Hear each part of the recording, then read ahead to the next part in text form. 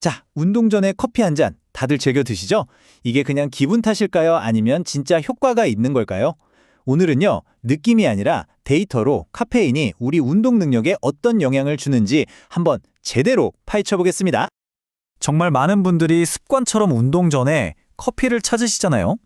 이게 그냥 커피 마셨으니까 힘이 나는 것 같아 하는 뭐랄까? 플러시보 효과일까요? 아니면 과학적으로 증명된 진짜 부스터일까요?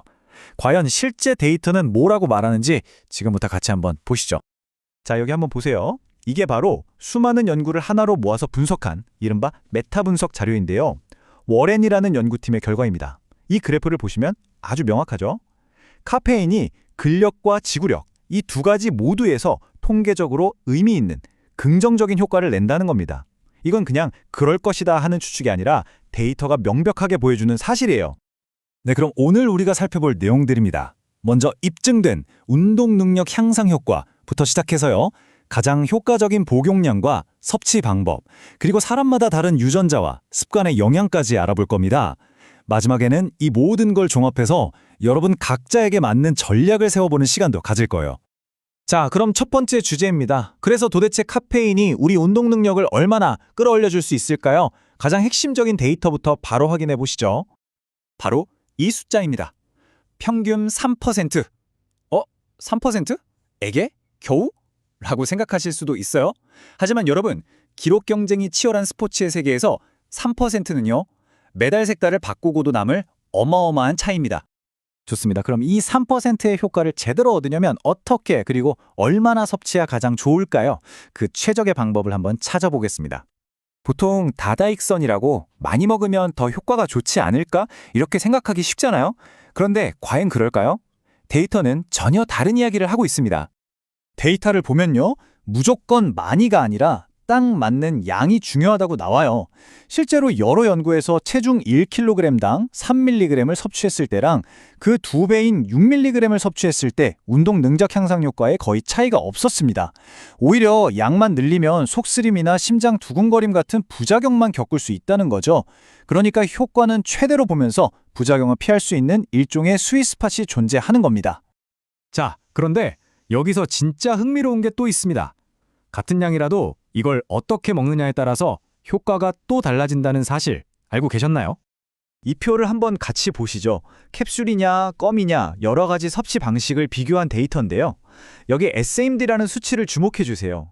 이게 기록 단축 효과를 보여주는 건데 마이너스 쪽으로 숫자가 클수록 효과가 더 좋다는 뜻입니다. 그런데 결과를 보세요. 정말 놀랍게도 체중 1kg당 약 3mg, 그러니까 상대적으로 저용량을 캡슐로 섭취했을 때가 마이너스 0.34로 가장 효과가 좋게 나타났습니다. 아니, 왜 고용량도 아니고 저용량 캡슐이 가장 효과적일까요? 연구진들은 그 이유를 일관성에서 찾습니다. 캡슐은 정해진 용량이 남김없이 그대로 몸에 흡수되잖아요. 반면에 껌은 씹다가 버릴 때 일부 카페인이 그대로 남을 수 있어서 실제로 섭취하는 양이 좀 들쭉날쭉해질 수 있다는 거죠. 네, 지금까지는 누구에게나 적용될 수 있는 일반적인 데이터들을 살펴봤습니다. 하지만 이제부터는 훨씬 더 개인적인 이야기로 들어가 볼게요. 바로 나라는 변수, 즉 사람에 따라 이 효과가 어떻게 달라지는지에 대한 이야기입니다. 이런 질문 정말 많이 하시죠?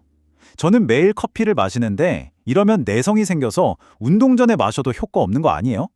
그런데요, 화면에 보이는 이 연구 결과처럼 이건 그냥 통념일 뿐이었습니다. 데이터는 명확하게 보여줘요.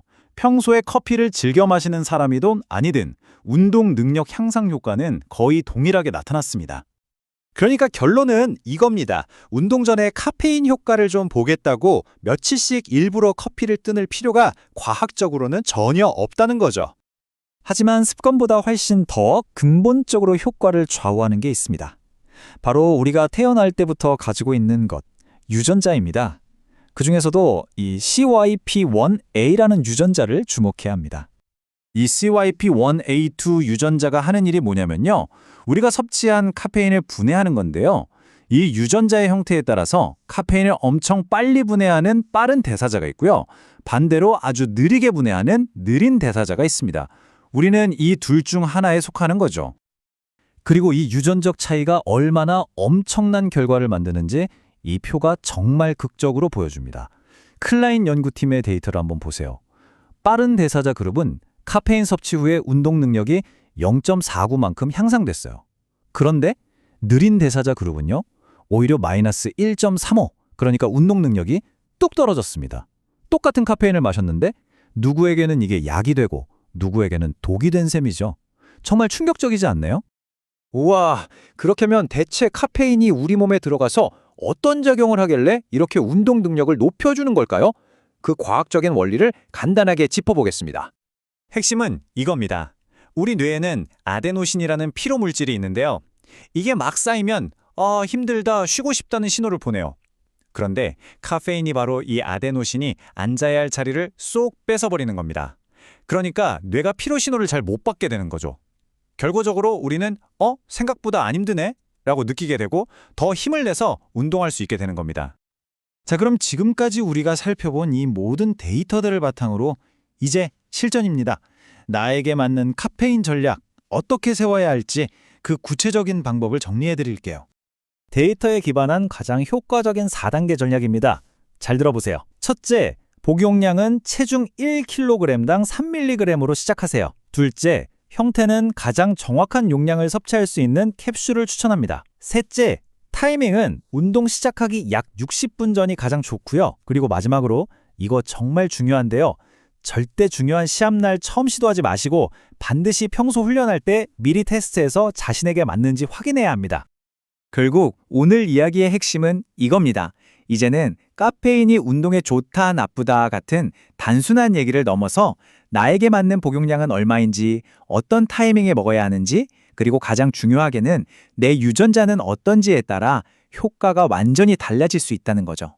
점점 더 개인 맞춤형으로 접근해야 한다는 뜻입니다. 이런 흐름은 우리에게 마지막으로 이런 질문을 던지게 만듭니다. 머지않은 미래에는 우리가 유전자 검사 한 번으로 당신에게 맞는 최적의 카페인 섭취량은 이겁니다 하고 처방받는 시대가 오지 않을까요? 최고의 퍼포먼스를 위한 개인 맞춤형 카페인 시대, 어쩌면 이미 시작되었는지도 모릅니다.